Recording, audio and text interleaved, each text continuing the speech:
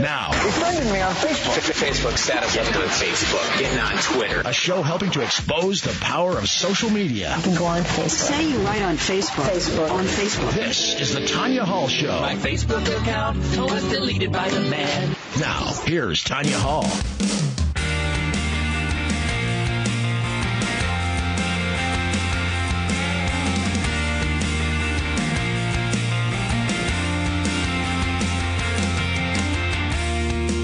Welcome to the Tonya Hall Show, where we embrace the power of everything happening on the web, social media, media in general, business, marketing, and so much more. Lots of big announcements came out this week already, and a lot of events happening in our world that we could talk about. Certainly, there's the Boston Marathon that we're still at the top of mind for a lot of us, following the news media reporting or misreporting, as it were. Lots of news and media have reported that they have had someone that an arrest has been made. There certainly was a little bit of controversy too. I don't know if you've been paying attention to the fact that one of the victims, I think, or maybe not a victim, but certainly somebody that was in the hospital, has now been, questioned and deported from the country. And there's a lot of confusion about what that really means. And is there something that's being covered up that we aren't hearing about? Certainly a lot of misreporting. Traditional mainstream media has been reporting one thing, then going back, and it's really confusing. And so you've got traditional mainstream media reporting, and then you've got social media reporting. The other thing that I want to talk about with the media reporting is, I don't know if you guys are following, but the Kermit Gosnell trial, which is about an abortion doctor. He has a clinic. I think he's had the clinic for over 30 years. He's now in federal courts, and he's being charged with murder. What happened, if you're not following this, is just kind of a brief outline of the story. And I apologize, this is pretty graphic stuff, but that he's been practicing for over 30 years. And in that 30 years, whether you are pro-abortion or pro-life, he's killed over 50,000 babies. And what happened was they came into his clinic, and it was vile. Urine, animal waste everywhere. It was just horrible conditions. And I don't want to get too graphic, although if you Google this story at all, you'll find some pretty graphic descriptions of what they found. And amongst the things that they found 8 frozen babies in his freezer, stuffed in animal food containers and that sort of thing. Because for the babies that, again, these babies are born after 6 months. If they survived the abortion, they were breathing and living and crying, he would break their necks. Basically, he would break their spine. It's a really horrible story. Anyway, you're not hearing about this until this week. This trial's been going on since March 19th. What happened was blogosphere picked this up, and people were blogging about it, and social media was talking about it. And there was this huge outcry because you weren't hearing anything on mainstream media. Again, all that you were hearing from March 19th until Tuesday, maybe Monday, was on social media. So you weren't hearing about it. In fact, Kirsten Powers, who's a well-known columnist and wrote a story, I think it was in USA Today, a column, and calling it a media blackout, because the media was again filtering, mainstream media was filtering the news.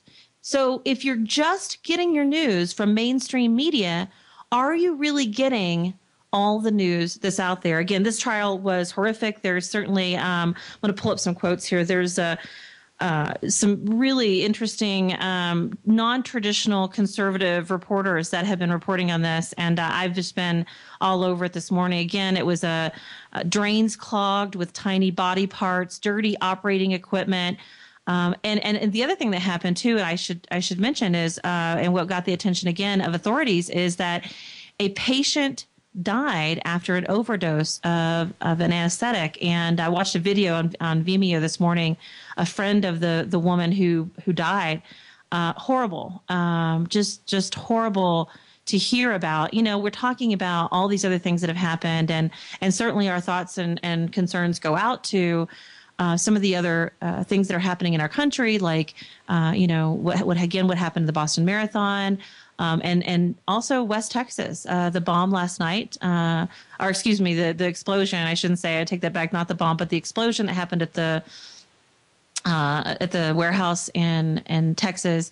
I watched a video last night of a father who was sitting with his daughter. I think her name was Chloe, and they were videotaping the fire. There was originally a fire, and it was a fertilizer warehouse is what it was, and it exploded.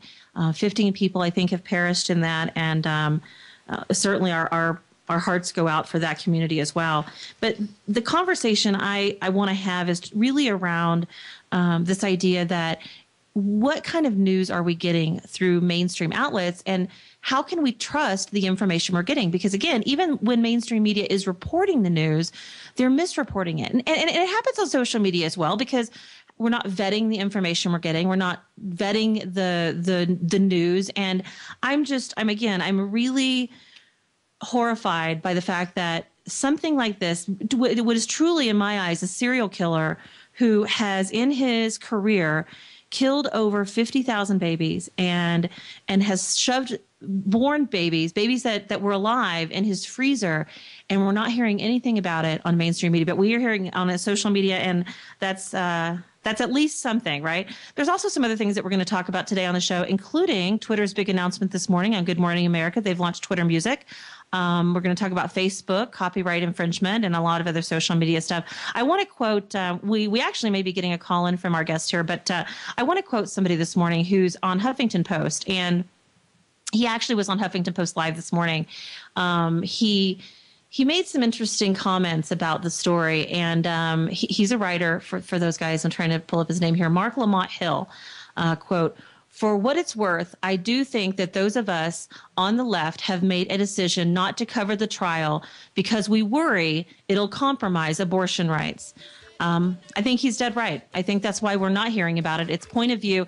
I want to hear from you. What do you think? Today, we've got our guest, Eric Overby. We've also got Gwen Sebastian. She is a reality star and country music artist. She was on the second season of The Voice, and she's got a big, huge career now. She's going to be joining us as well. So stay tuned and follow me on Twitter at Tonya Hall Radio. We'll be right back after this really quick timeout.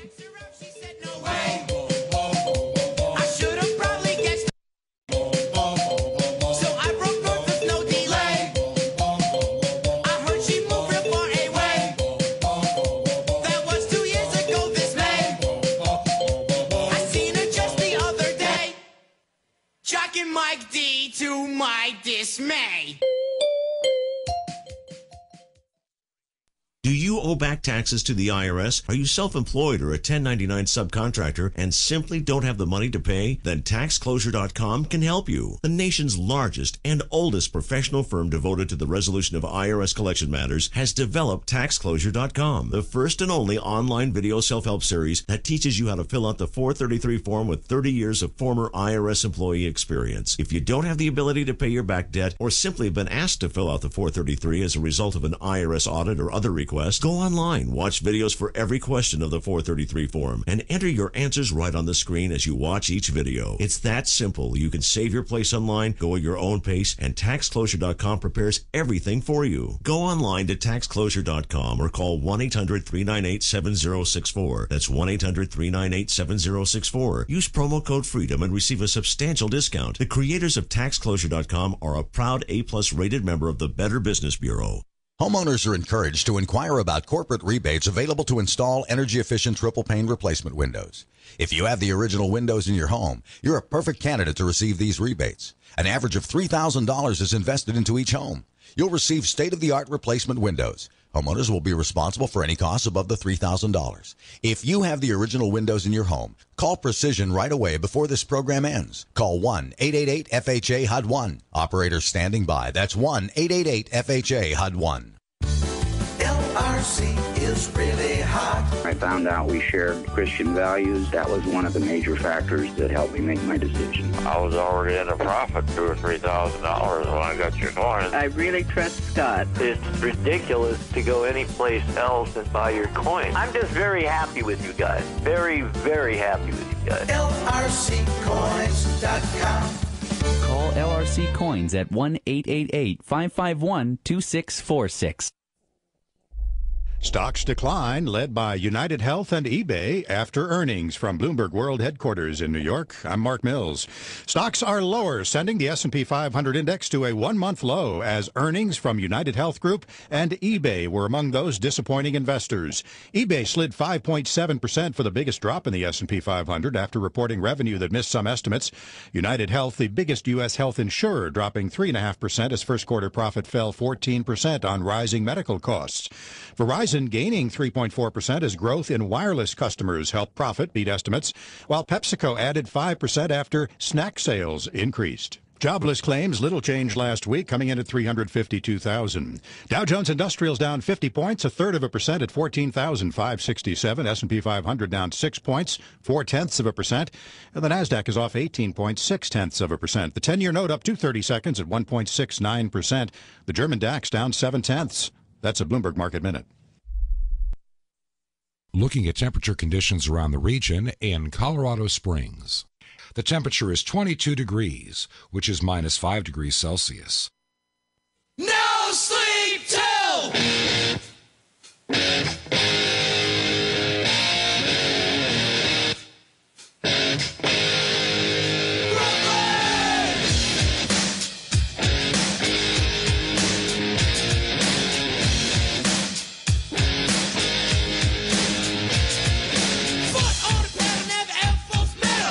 Welcome back to the Tonya Hall Show, where we embrace the power of social media and everything happening on the World Wide Web.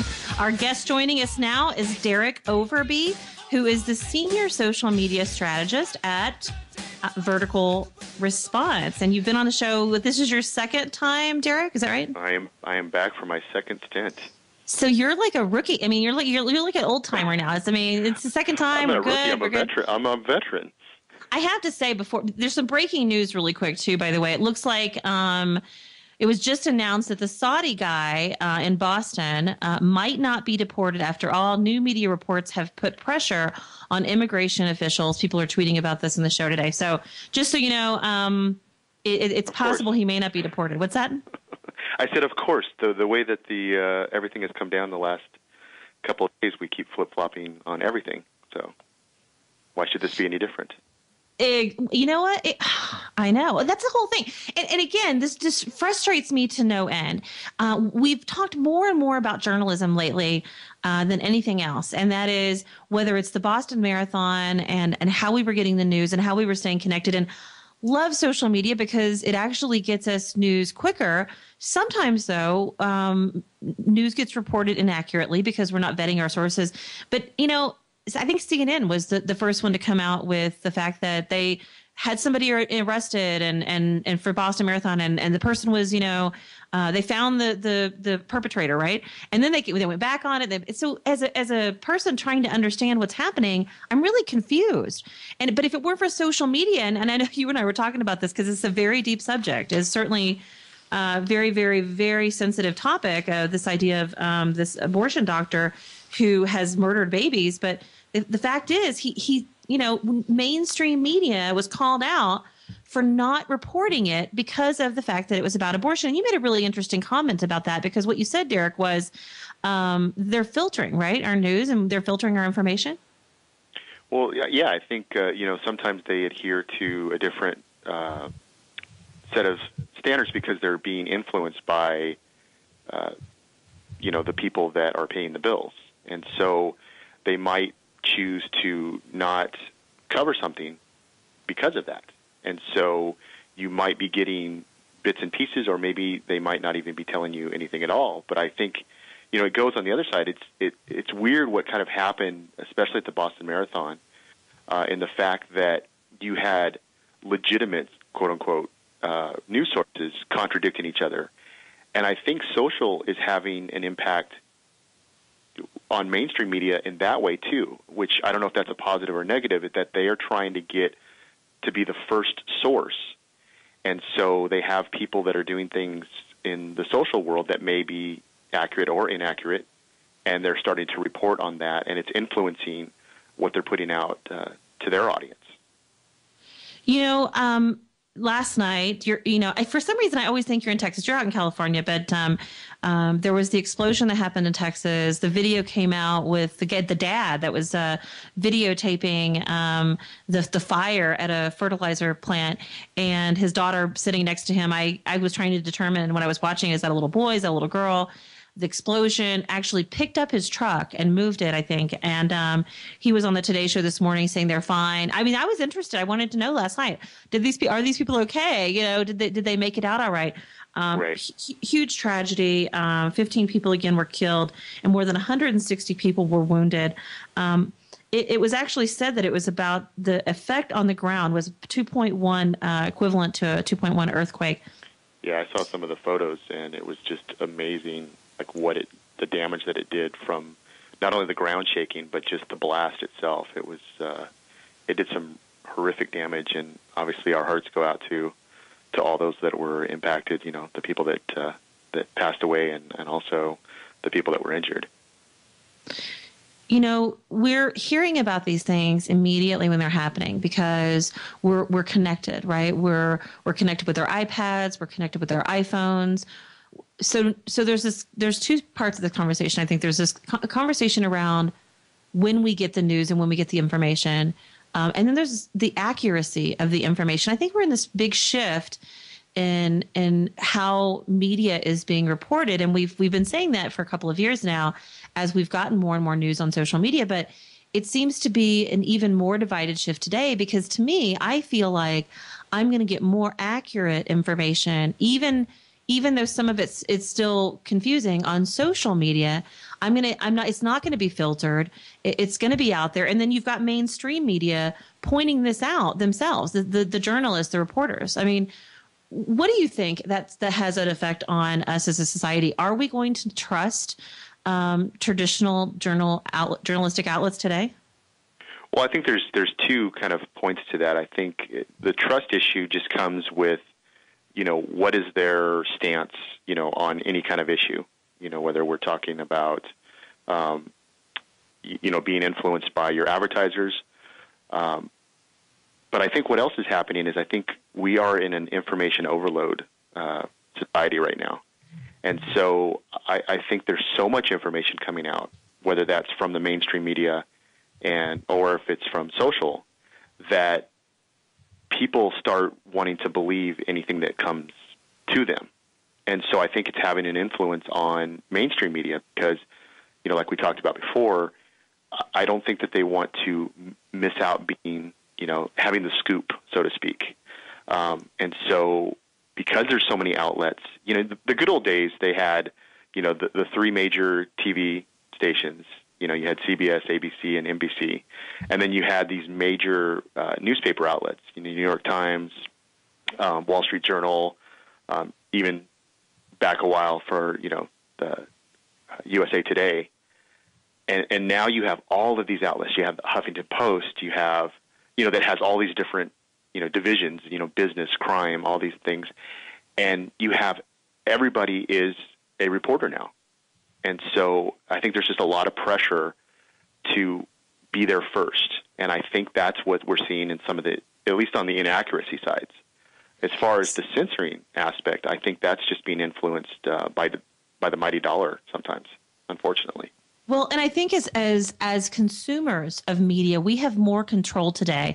And I think this trial is a prime example of an outcry to say, I think what happened was, I'm trying to remember the reporter's name. I've got it here in my notes. But there was a reporter at the trial.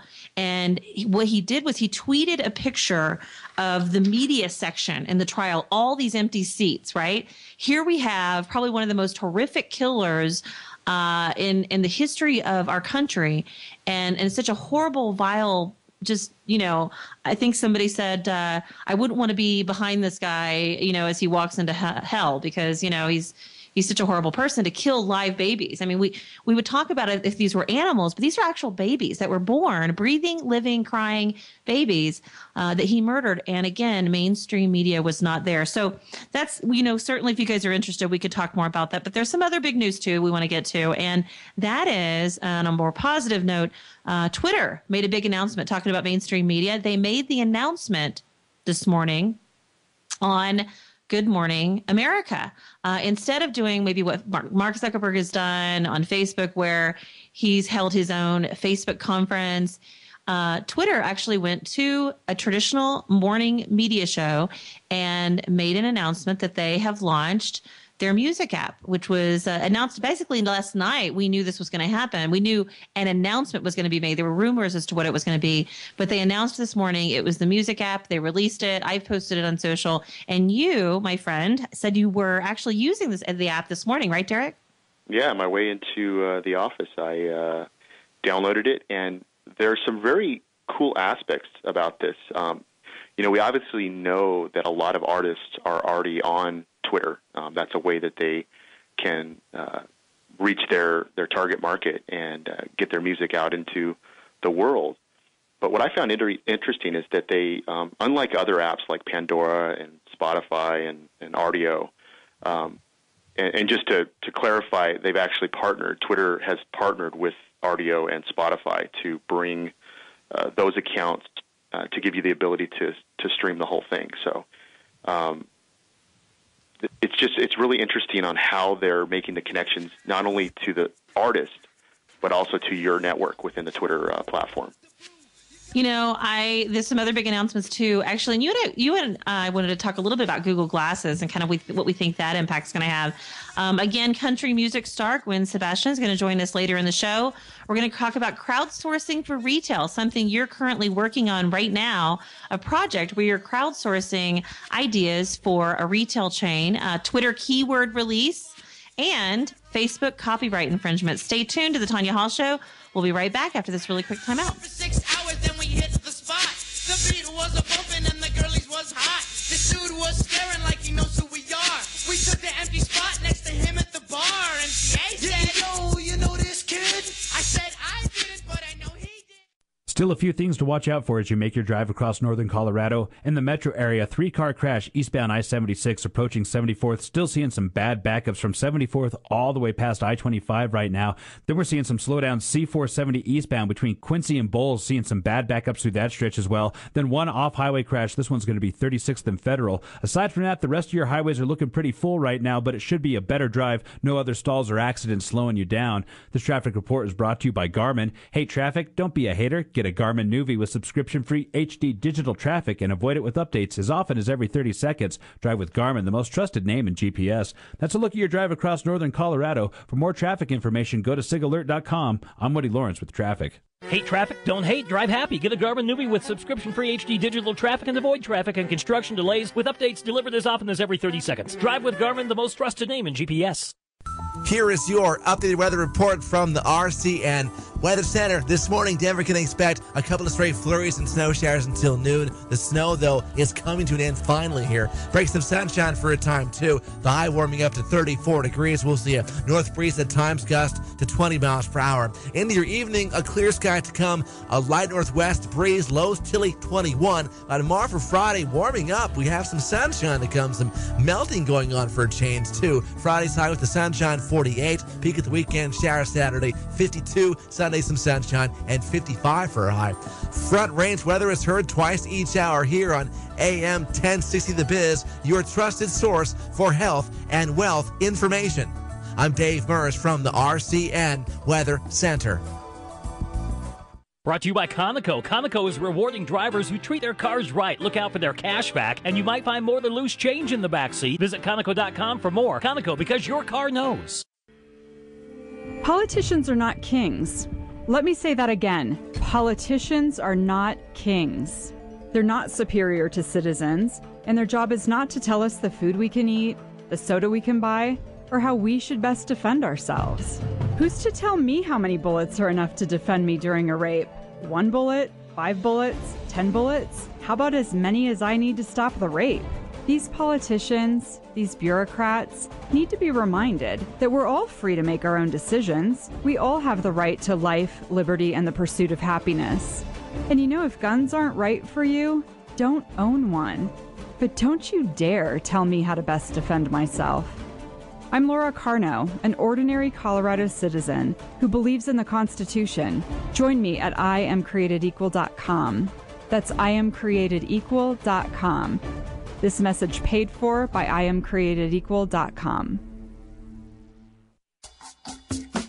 Hello, this is Dr. Chad Mothy from the Alpine Clinic of Chiropractic here in Longmont. If you or someone you know suffers from headaches, neck pain, low back pain, or sciatica, which is that raging pain down the back of your leg, chiropractic and spinal decompression might be able to help. 303-651-1810 is our number. Give us a phone call, see if we can help you today, or stop by at 117 South Sunset here in Longmont. We're next to Trans. Again, this is Dr. Chad Mothy at the Alpine Clinic of Chiropractic, 303-651-1810. You're listening to 1060 The Biz, your trusted source for health and wealth information. Did you ever wonder what the best wine to have with popcorn is? Would you like to get the most out of your next trip to Napa? I'm Chris. And I'm Darcy. And we're hosts of Travel, Wine, and Cuisine Radio. Join us every Saturday afternoon at 3 on 1060 The Biz as we take you on a delicious adventure into the world of travel, wine, and cuisine. Visit twcradio.com for more information. Live life to the fullest. Travel, Wine, and Cuisine Radio. And now a check of the temperature at the Denver International Airport. The temperature is 22 degrees, which is minus 5 degrees Celsius.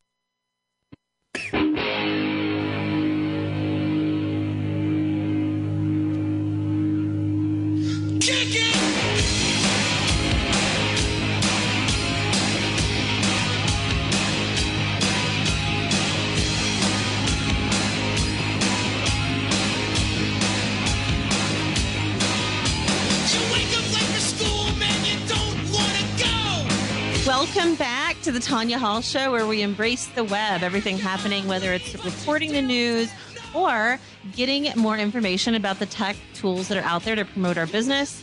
Today, we're talking about lots of things, and coming up, we're talking with our guest, Derek Overby, who is going to talk to us about his... first off, you use the music app, and we approve, right? We think the music app that Twitter announced this morning, we love it. Yeah, I think it's great because it really does. It lets you know what I really like about it, because I like to source new music, but it tells you what your followers, you know, the people they connected with, are listening to. So it gives you new music that way, and then you can also go into their emerging artist app and just see a lot of great new artists that are coming out. Speaking of emerging artists, Gwen Sebastian's going to join us later in the show, and she was on the second season of The Voice and is doing some really great things right now with her music industry using social media, which is how I met her on Twitter. We're going to talk with her later. And as it relates to music, finally, Kevin, a Beastie Boys song that I like. You know, I don't know. Are you a Beastie Boys fan, Derek? I love the Beastie Boys. I've seen them live several times, and so. Have you? Yes. That would be old. That would be a cool. Yeah, I'm old. So we don't have to out you or anything on the show. I out myself all the time, being an '80s fan. So I'm excited about this. I'm excited that Twitter's doing this. Okay, you're also doing something else that I was really interested in. Crowdsourcing in general. We're talking about crowdsourcing, finding the perpetrators for the marathon bomber, right? Crowdsourcing news, crowdsourcing this. You're actually crowdsourcing for retail right now, which is pretty exciting.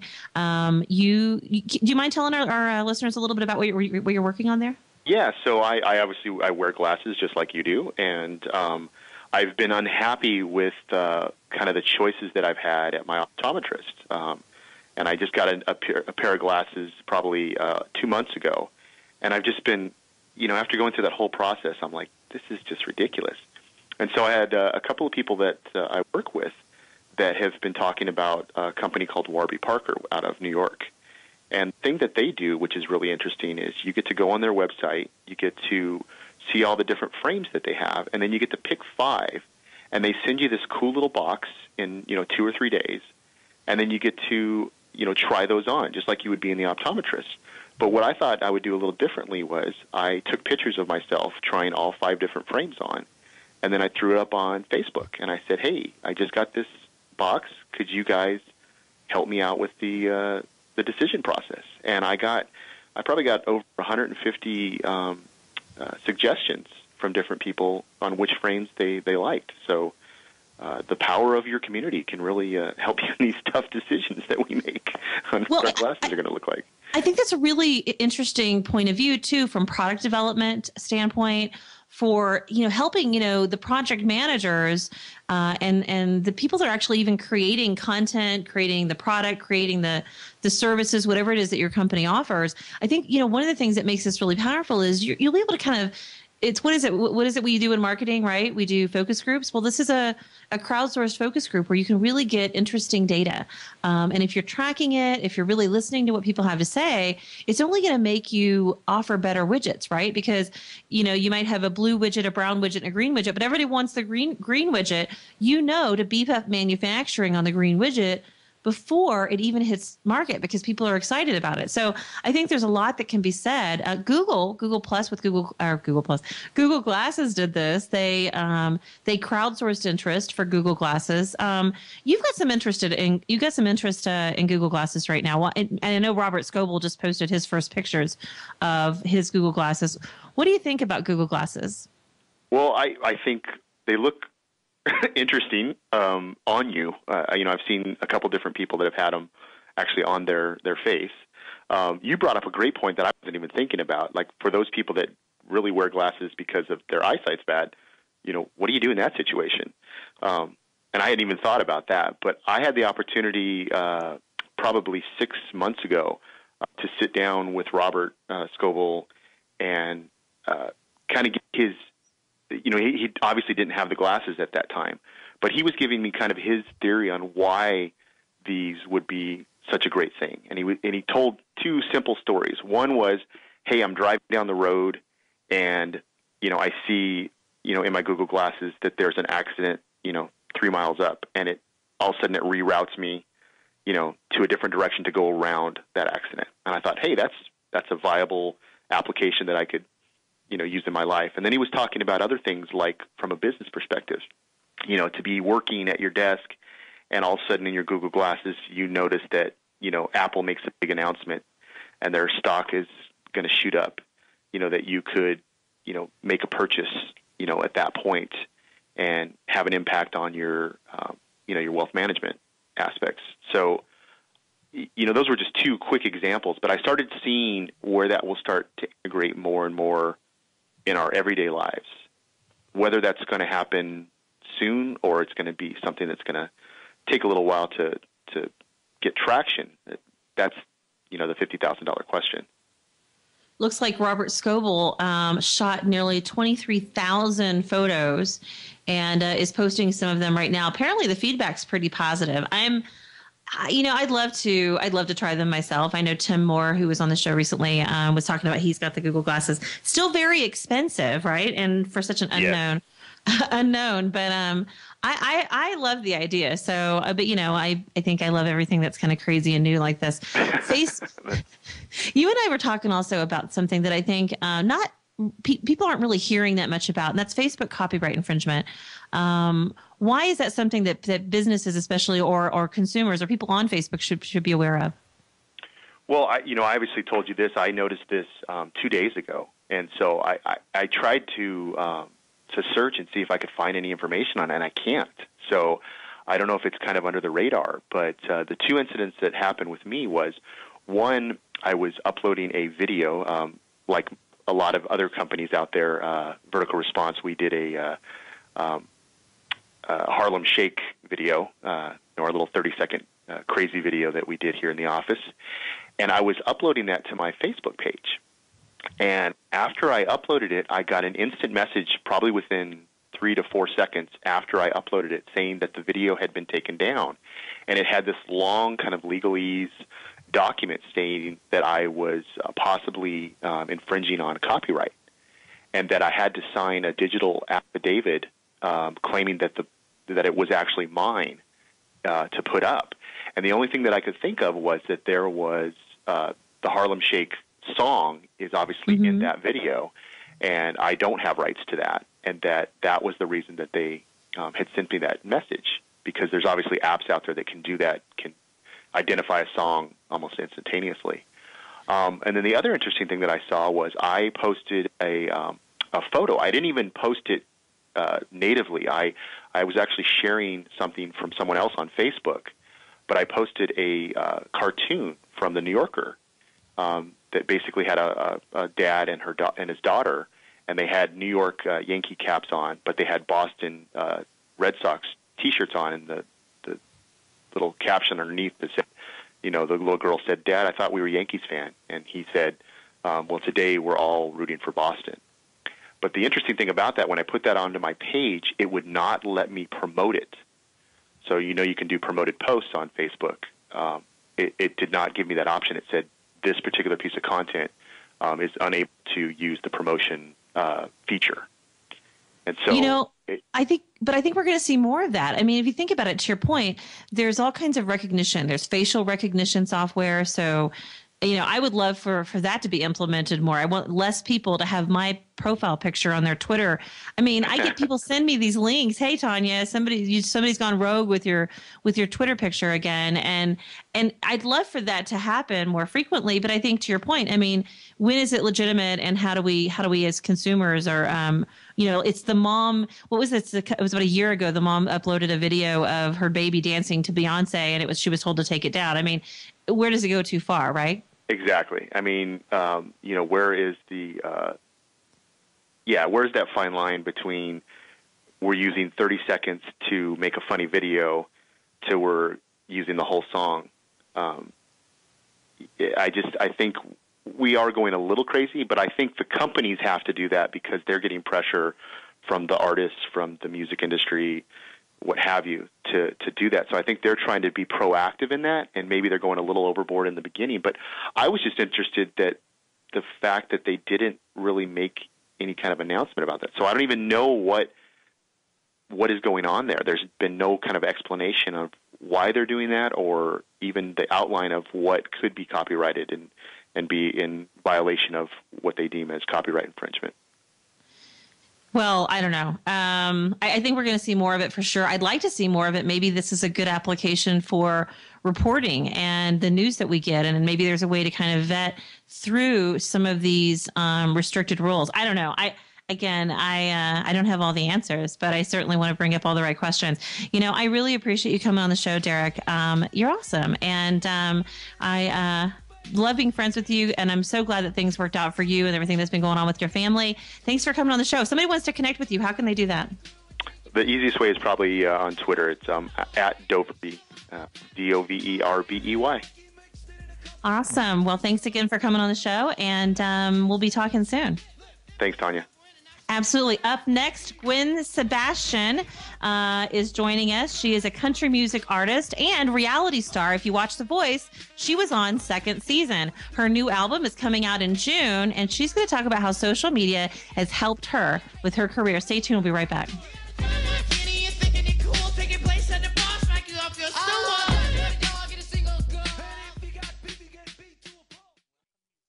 Hi there, this is Barb Basher, and I'm heading up the YMCA's fundraising campaign this year. I have the absolute pleasure of working with more than 75 volunteers in this great community of ours, and our goal is to raise $90,000 to help our Longmont kids grow and thrive. I'd like to share with you the impact your gift will have. More kids will be ready for kindergarten, build on school success in camp, and learn teamwork and sportsmanship in youth sports. I don't know about you, but when I was a kid, if you wanted to play sport, you played a sport regardless of how much money your family had. Unfortunately, that's just not how it works these days. Now, cost is often a barrier to kids playing, and to have a child sit on the sidelines because their family doesn't have the extra funds is such a shame, and it breaks my heart. I truly believe we are all connected by one purpose, to help all of our kids learn, grow, and thrive, and become productive citizens. Won't you please join me in this important cause and make your own gift? Help us help improve the lives of the kids in our community. Go online to longmontymca.org/donate, mail it directly to the Y at 950 Lashley, or give me a call personally at 303-775-2994. I'll be more than happy to drop by and pick it up. Whatever works best for you is what I want to do. Thanks a million. In today's complex financial environment, many individuals are at a loss about exactly what to do. What issues should you be considering? When it comes to your existing financial strategy, have you really covered all of your bases? Are there important factors you've overlooked? Why spend another minute wondering? Call 303-710-3791 or visit roncaskey.com to request your complimentary copy of the Financial Checklist for Retirement. This detailed guide is provided at absolutely no cost and offers a number of important items you may want to consider when creating a sound financial strategy for the days ahead. Your future is far too important to leave to chance. Call 303-710-3791 or visit roncaskey.com now to get your complimentary financial checklist for retirement today. That number again is 303-710-3791 or visit roncaskey.com now.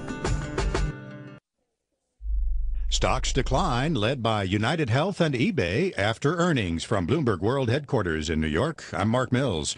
Stocks are lower, sending the S&P 500 index to a one-month low as earnings from United Health Group and eBay were among those disappointing investors.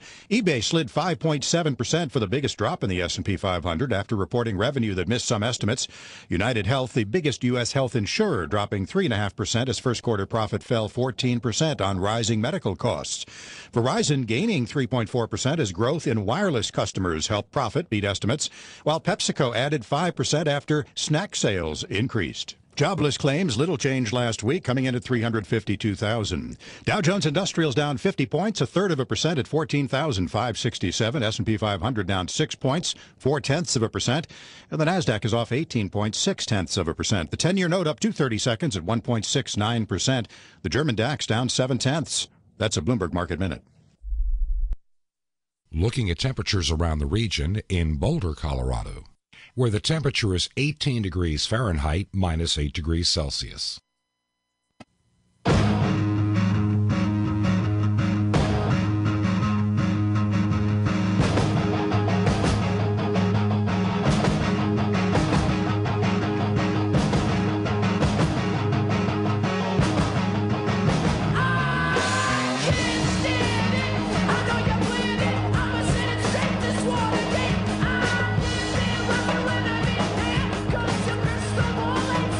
Welcome back to the Tonya Hall Show, where we embrace the power of social media. Our guest right now is Gwen Sebastian, and she is a country music star. She's got her start on The Voice, second season. She now, besides opening for some Miranda Lambert concerts, she also sings with Blake Shelton, and she's got a new single coming out fairly soon, and her new album is coming out in June. Uses social media, and that's how I met her on Twitter. Welcome, Gwen Sebastian, to the show.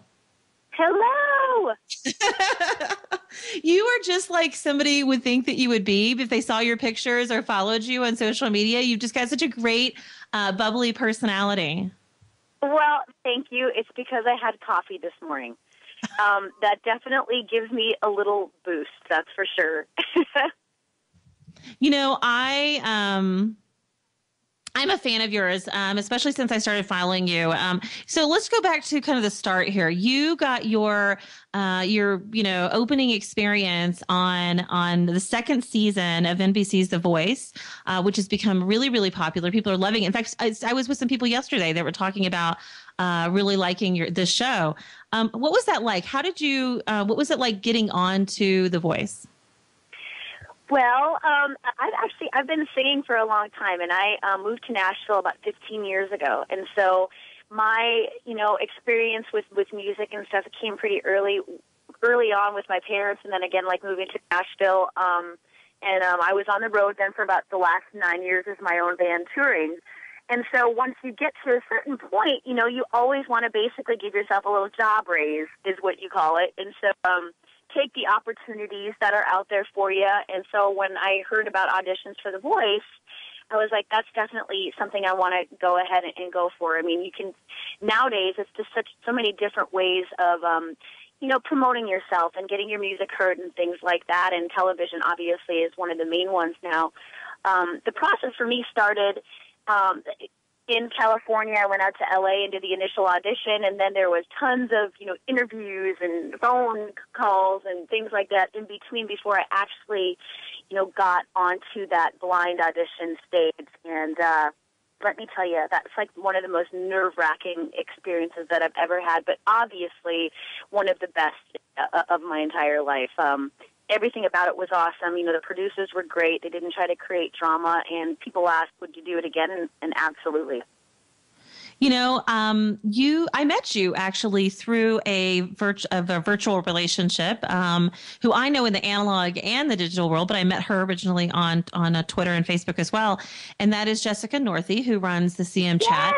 I just saw her last night. She's in Nashville. I got to have a few drinks with Jessica last night. She's pretty exciting. She's definitely she's out there. Awesome. She runs CM Chat. How important was being a part of a Twitter chat to get an additional audience for you? It was huge. It was absolutely huge. And, you know, after my blind audition, I mean, I started with like 800 Twitter followers. And that night that I sang my blind audition song, you know, I wanted to get on there and make sure I was connecting with my fans.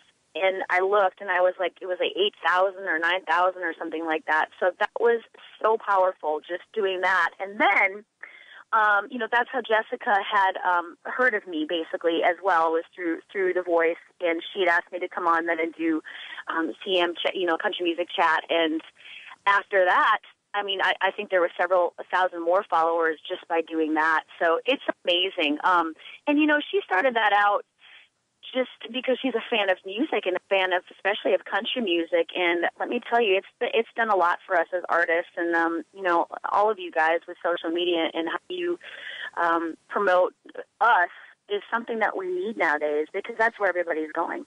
Well, and Jessica and I have talked about this quite extensively, because what I said to her was, it's interesting to see how, as an industry, and I attribute this a lot to her, is that country music artists are much more involved in social media and much more available, I think, than any other genre out there. And she's certainly leading the pack on that. I mean, when you talk about the Twitter chats and the hangouts that she has now on Google Plus, the Twang Out, and then as an artist individually, I mean, you're out there and exposed. Certainly people are following you on television. They're attending concerts with you, and certainly Blake Shelton, who, by the way, I'm a huge fan of. Like, so shout out to Blake Shelton. Yes, I know it. And his Twitter and his Twittering, he's very good about connecting with his fans too. And of course, you know, he says some risque things, but that's why we love him. It's fun. Yeah, it's fun. It's fun to follow him. How would you say the country music industry as a whole perceives using social media? Do you feel like, I mean, you see Reba McEntire, who's certainly a legend, using it. You see a lot of the artists using it. Do they understand that this is a great way to connect to the audience? Absolutely. And, you know, country music is known for connecting with their fans more than any other genre, and especially, you know, the fact, you know, we have CMA Fest, which is fanfare, and heck, Reba goes and she signs autographs for several hours, you know, has a booth during that time. And it's important. And I think most country music artists realize that, you know, the reason that they're getting to do what they do and what we do is because of the fans. And now with social media out there, it's just another way to connect to maybe somebody that wasn't able to ever really come to a show yet. You know, somebody that you've never met in person and been able to shake their hand. You're kind of shaking hands, you know, via the web. You, as a personality, are certainly out there, and the more famous you become and the more in the spotlight you become, the more people are going to reach out to you, whether it's Facebook or Twitter. How do you feel about that? I mean, do you feel that it's a little much too overexposed, or is it something that you embrace? Oh, I absolutely embrace it. And, you know, I can say as much as I want or as little as I want. So, yes, there does come a point when, you know, there's invasion of privacy per se. I don't feel that way. I think, you know, especially with social media, it's, you know, I'm just talking to people via the internet.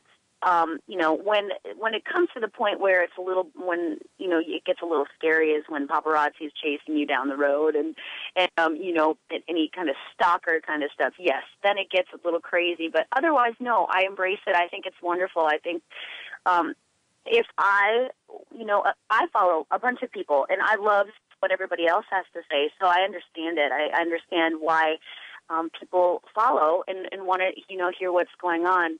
And then obviously it's just a way for me to put out my information, like a new album coming out or where I'm going to be playing that night and things like that, where it might be a little more accessible than, seeing it on a newspaper or a billboard. You mentioned, and I mentioned as well, your album's coming out in June. How do you plan on using social media to kind of break it out, if you will? I think it's a really cool way. For instance, like, I have my next single is coming out, and so I've got that. But I think a cool thing to do maybe for my next one is to have the fans pick it. Put out 4 songs and have them listen, and then have them, pick it that way. And then there really is no that than via social media and things like that, and have them do that. And then also, I'm going to be wanting to do some giveaways, fan giveaways, and things like that. And so that's just the way to get it out there and interact with everyone. I love the idea that you're going to crowdsource your own music, your own content to get people excited. And I think you're certainly pioneering this space along with Jessica as far as being an artist that's embracing fans and sharing with them. I love that that's how I can't wait to meet you face to face. I'll have to, where are you going to be performing next, by the way?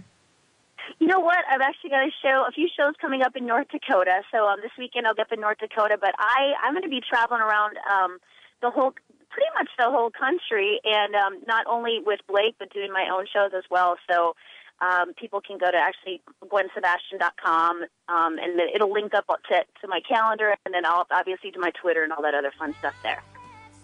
I am a big fan, Gwen. I can't wait to meet you. When are you coming to Colorado? Oh, you know what? Hopefully sooner than later. I love Colorado. In fact, I want to live there. Well, you're invited. Certainly, we want you here. Gwen Sebastian, I'm a huge fan. Thank you so much for coming on the show today. And again, if somebody wants to connect with you, what's the way to do that? GwenSebastian.com. Gwen, thanks for coming on the show. Big fan. I'll be following you on Twitter and listening to your music. Can't wait for your album to come out in June. Thank you so much. Absolutely. That was Gwen Sebastian. You can find her on Twitter or Facebook. She's certainly both places. She's at Gwen Sebastian on Twitter, or find me on Twitter at Tonya Hall Radio. We'll be back tomorrow with the founder of the Chief Marketing Officer Club, the CMO Club. We'll be back then.